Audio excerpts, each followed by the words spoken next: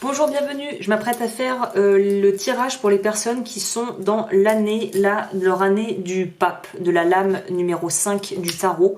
Si vous ne savez pas comment faire, si vous êtes arrivé par hasard ici, la description, dans la barre de description, vous allez avoir justement la vidéo qui explique comment calculer la lame de votre année pour 2021.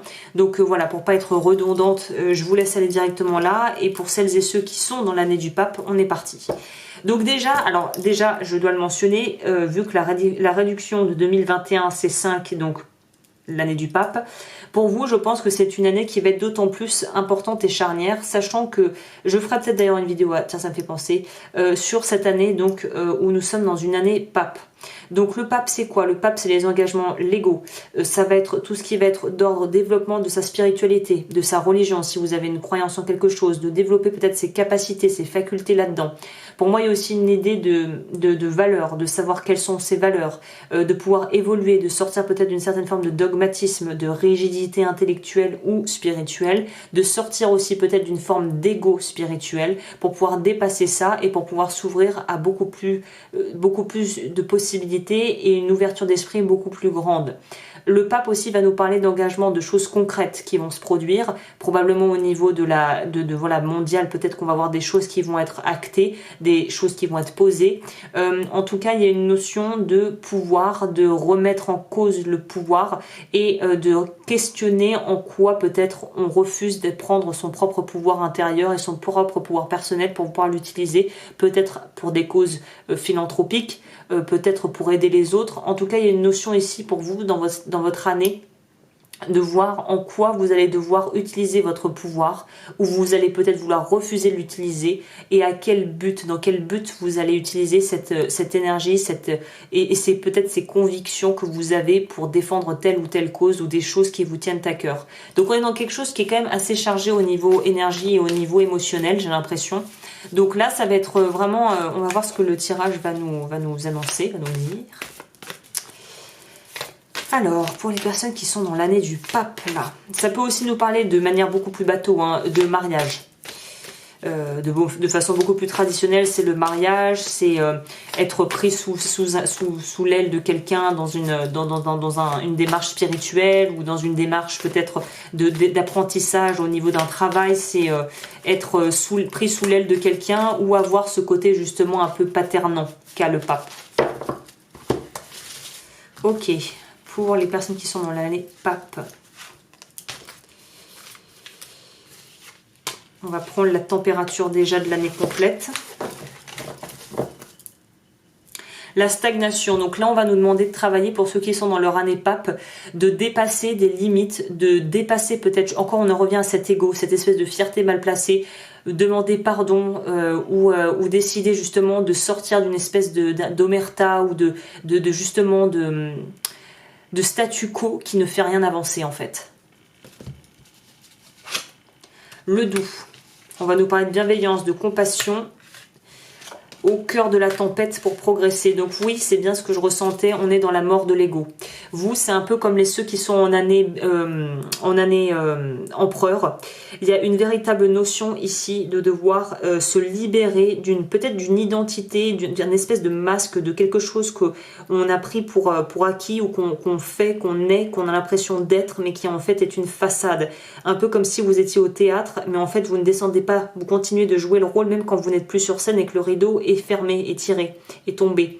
Donc là, il y a une notion de sortir d'une espèce de fausse identité pour pouvoir vraiment rentrer dans votre authenticité. Donc c'est du gros, hein, c'est du gros travail qui doit s'opérer pour vous, où on nous demande de faire tomber les masques et d'être dans quelque chose de beaucoup plus vrai en fait. Et là, je ne suis pas en train de dire que vous n'êtes pas vrai, je suis en train plutôt de suggérer qu'il y a des facettes que vous avez endossées ou des rôles que vous tenez qui ne sont pas forcément les vôtres ou que vous faites sans même vous en rendre compte. Il y a une notion presque d'inconscient là-dedans, de choses qui se répètent dans l'inconscient, de schémas que vous répétez, mais qui au final, c'est un peu, pour prendre un exemple peut-être plus basique, c'est Si vous avez des enfants, certes, vous savez, vous avez le rôle de père, de mère, de papa, de maman, mais c'est pas l'entièreté de votre identité. C'est quand vous vous présentez à quelqu'un, vous dites pas bonjour, je m'appelle Marie, je suis maman. Vous dites je m'appelle Marie voilà. Et après vous ajoutez, vous complétez ce qui vous correspond. Mais il y a une idée ici de pas se laisser limiter justement par un rôle, par une étiquette, par un cadre qui est rétréci, qui est réduit. Vous voyez?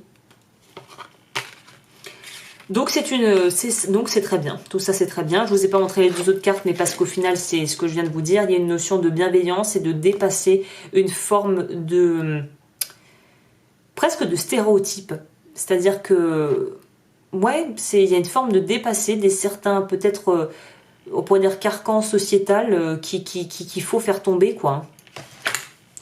Peut-être que ça pourrait nous dire dans votre année pape que vous avez peut-être pas du tout envie de vous marier et que c'est très bien comme ça et que les personnes autour de vous, si elles comprennent pas, c'est leur problème, hein, c'est pas le vôtre. Hein. Ok.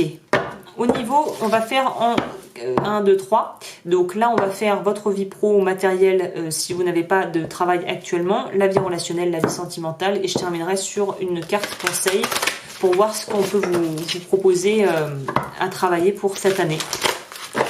Alors, au niveau de votre vie pro, projet, carrière, matériel,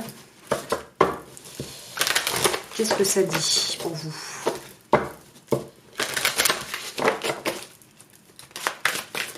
Alors, au niveau de la vie professionnelle,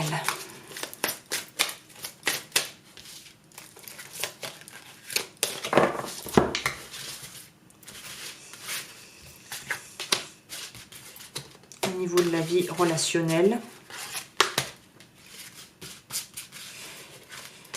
Peut-être que vous allez boire beaucoup, vous allez beaucoup converser, peut-être vous allez beaucoup débattre, peut-être que vous allez aussi être dans une forme de rébellion par rapport à un ordre établi pour certaines personnes et que l'autorité sous toutes ses formes va peut-être être quelque chose qui va être assez challengeant pour vous si vous avez des difficultés avec ça ou que vous avez peut-être une relation un peu conflictuelle avec votre père.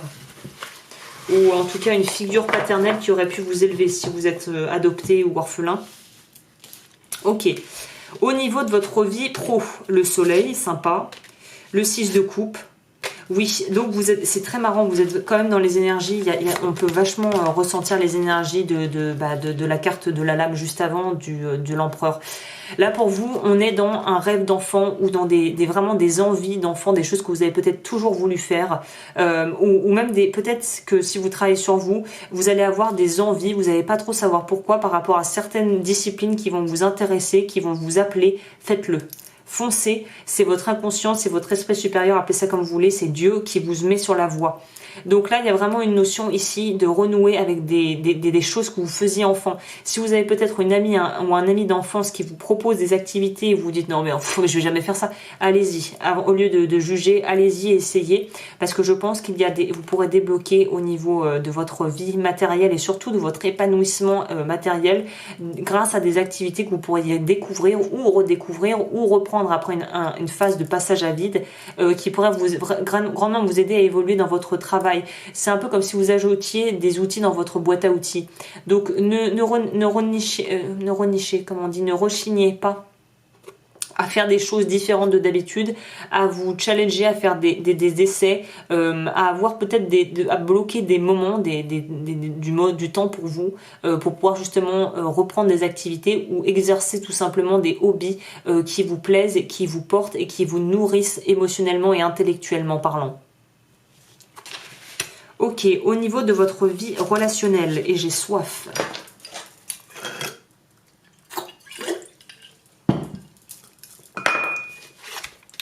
L'impératrice, intéressant. La papesse, ouf, ok. Ce qu'on vous dit ici, enfin la façon dont moi j'interprète ceci, c'est de vraiment laisser les choses bouger, laisser les choses comme on aère une maison pour que l'air soit renouvelé. Ça va être pareil pour vos relations en fait. Je sais pas pourquoi, j'ai l'impression que vous allez peut-être lier des amitiés ou renouer avec des gens qui vont vous pousser à évoluer dans d'autres cercles, dans d'autres domaines, qui vont vous pousser à rencontrer peut-être des gens qui ne sont pas comme vous justement. Et c'est ça la force, la différence et la variété dans les relations et l'éclectisme va grandement vous aider en fait. Il y a une notion de melting pot de culture, de croyances, de gens qui sont justement pas comme vous. Enrichissez-vous de ça, ne jugez pas, n'ayez pas peur de la différence, au contraire, allez-y. Peut-être que vous allez rencontrer quelqu'un, je prends un cliché un peu, mais qui est homosexuel, qui va vous faire rencontrer des gens voilà, des gens qui évoluent dans le milieu peut-être, je sais pas moi, du développement personnel, ou qui vont vous faire rencontrer des personnes qui, je sais pas, sont des drag queens. Bon là, je prends un exemple comme ça, mais qui vont vous faire découvrir un autre monde, peut-être dont vous aviez peur parce que vous ne connaissiez pas. Là, on vous dit diversifiez vos relations, réseautez, allez chercher des gens que vous n'auriez jamais pensé aller chercher pour vous aider, parce que j'ai l'impression que ça va aider vos projets professionnels. C'est n'ayez plus peur de la différence, accueillez-la. C'est vraiment ça. Et je vais noter ça d'ailleurs parce que c'est un très bon titre de vidéo. N'ayez pas peur de la différence, accueillez-la.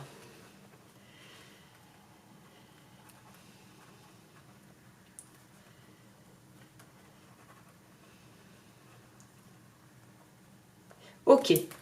Au niveau de votre vie sentimentale, je suis curieuse. Qu'est-ce que c'est? Oh! Ah bah c'est lié. Hein. Parce que c'est dingue que les cartes parfois se parlent très bien. Je pense, intuition, que pour les personnes qui n'ont pas rencontré quelqu'un, il se pourrait qu'à travers justement des nouvelles rencontres amicales et peut-être un nouveau cercle de gens que vous allez vous créer et vous constituer, une nouvelle communauté que vous allez vous constituer à laquelle vous allez participer à travers peut-être, je sais pas, des groupes en ligne, des trucs par rapport aux réseaux sociaux. Vous allez peut-être rencontrer quelqu'un et là, ça va être un peu le conflit, comme cette carte le montre, le conflit intérieur, parce que votre petit mental, il va bugger en fait. C'est-à-dire que vous allez probablement rencontrer quelqu'un qui est juste pas comme vous. Juste pas comme vous. Ça veut pas dire complètement l'opposé, mais plutôt compatible. Et c'est ça qui va être très difficile pour vous d'appréhender. C'est le fait de pouvoir avoir une compatibilité et une vraie entente et un vrai feeling, comme on dit, avec la personne. Et pourtant, elle va cocher aucune de vos petites cases par rapport à ce que vous attendez d'un homme ou d'une femme ou d'une relation. Et ça va vraiment vous perturber en fait. Que vous ne puissiez pas cocher vos petites cases qui vous rassurent et qui rassurent le petit mental. Ça va être quelque chose qui va être extrêmement challengeant et qui pourrait potentiellement faire capoter l'affaire si vous ne travaillez pas et que vous n'avez pas conscience, que vous ne mettez pas de la lumière et de la conscience sur vos propres blocages internes et sur vos propres croyances limitantes. Donc là, il y a vraiment une notion de, humainement parlant, être dans une année extrêmement enrichissante et au niveau même amoureux, de pouvoir être avec quelqu'un, ou si vous êtes déjà en couple, de pouvoir développer une plus grande tolérance vis-à-vis de la personne avec qui vous êtes. S'il y a des choses où vous ne comprenez pas sa façon de fonctionner, on va vous demander de trouver un nouveau langage quelque part, de créer une autre façon de communiquer qui va vous permettre de pouvoir garder le lien avec cette personne même si vous n'avez pas le même mode de fonctionnement ici. C'est ça qu'on nous dit. Le défi, c'est ça, c'est de s'aimer malgré les différences et malgré les petits préjugés et les petits jugements du mental en fait. Hein. Et le petit raton laveur qui passe son temps à gratter pour essayer de vous garder dans un terrain sécure, mais qui au final n'est pas du tout épanouissant. C'est comme un terreau, mais vous ne mettez pas d'eau, il n'y a rien qui pousse, c'est sec. L'eau va être cette espèce l'eau symboliquement va être cette culture, cet enrichissement culturel et humain qui va vous permettre de pouvoir faire pousser autre chose en fait. C'est hyper intéressant, votre tirage est hyper intéressant vous sur ce point-là. Ok, on va prendre les animaux, puis les archétypes. Alors, pour l'animal, en tout cas une énergie qui pourrait vous accompagner ou vous aider durant cette année. Ah ouais, ça va vous déranger. Hein. Là, vous allez rencontrer des gens, vous allez être perdu, ça va vous sortir de votre zone de confort, mais puissance 1000. Le singe. Là, ici, le singe va représenter l'enfant intérieur. Intéressant qu'on nous parle d'enfant intérieur quand je parle de croyances limitantes. Ne prends pas la vie trop au sérieux. Donc voilà, on va vous demander de vous détendre un petit peu et si vous êtes extrêmement, c'est pas ayez l'humilité de le reconnaître, c'est le premier pas. Si vous savez que vous êtes assez dans le jugement, assez carré, assez justement intransigeant ou intransigeante, là on va vous demander de vous calmer un petit peu, peut-être d'apprendre à vous laisser aller un petit peu plus aux choses hein, et aux gens. Ok, au niveau des archétypes, ça j'aime beaucoup ces cartes parce que ça a le mérite d'être très clair, ça aussi.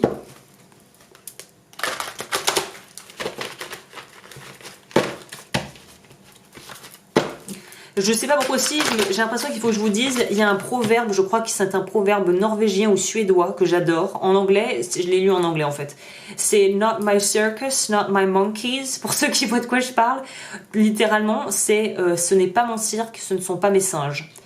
C'est pas mon cirque, c'est pas mes singes. En gros, laissez les gens faire leurs affaires de leur côté. Ne vous impliquez pas dans des affaires qui ne vous regardent pas et qui sont en plus pas du tout porteuses, quoi, qui tirent pas les choses vers le haut, quoi. Alors, oh, vous avez l'archétype de celui qui raconte des histoires, du conteur, on pourrait dire, du troubadour peut-être. Du troubadour, le mot que je n'utilise jamais dans la vraie vie. Le troubadour, voilà. Alors, l'attribut. Alors, la capacité à pouvoir expérimenter et exprimer la vie à travers des histoires et des symboles. Très bonne année pour les écrivains, écrivaines, pour ceux qui ont peut-être des podcasts, du contenu, qui créent du contenu en ligne quelque part, dans une rédaction web ou sur les réseaux sociaux. C'est une année où vous allez pouvoir justement grandement vous enrichir. C'est pour ça, ne restez pas dans votre petit précaré, dans votre petit aquarium. Il faut aller vers la mer, là. Il faut aller vers de nouveaux horizons pour vous enrichir ailleurs. Et là, on vous dit, faites attention à ne pas tomber dans une forme de hypocrisie, c'est pas le bon terme, mais de légère mythomanie. Bon, le mot est peut-être un peu fort, mais en gros, n'essayez pas non plus de vous faire, de raconter des histoires et de raconter des trucs juste pour pouvoir attirer l'attention des gens. Il n'y a pas besoin, c'est un peu, ça me fait penser, pour ceux qui connaissent sur Canal+, Serge le Mytho. Si vous connaissez pas, tapez ça, vous allez trouver vraiment sur YouTube. N'essayez pas de vous la jouer Serge le Mytho, ça ne marche pas dans la vie. Les gens comme ça, on les repère et après on les blacklist. Donc essayez de rester intègre, n'essayez pas forcément d'impressionner les gens avec des histoires incroyables. Vous êtes aussi appréciable dans les choses les plus simples de la vie aussi. Hein. Ok, au niveau des cartes de... La carte de fin pour vous... Oups, trop, oh, beaucoup d'énergie là, trop. Alors, au niveau de la carte conseil pour vous.